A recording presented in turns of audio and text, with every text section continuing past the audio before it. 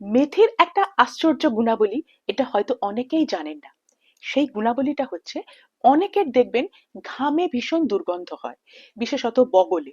এবং যখন আমরা অনেক মানুষের মধ্যে থাকি, যেরকম ধরুন মেট্রোতে বা কোনো অফিসে বা রাস্তায়, তখন ভীষণ অস্বস্তি বোধ করেন যাদের ঘামের এই দুর্গন্ধ রয়েছে। তখন তারা কিন্তু এই মেথিকে ব্যবহার করতে পারেন। কিভাবে ব্যবহার করবেন? আগের দিন রাত্রিবেলায় 1 চামচ মেথি উষ্ণ গরম জলে ভিজিয়ে রেখে দেবেন। তারপরের দিন সকালবেলা ছেঁকে নিয়ে সেই জলটা আপনি খেয়ে নেবেন। এটা দিন 15 আপনি ব্যবহার করে দেখুন, আপনি রেজাল্ট পাবেনই।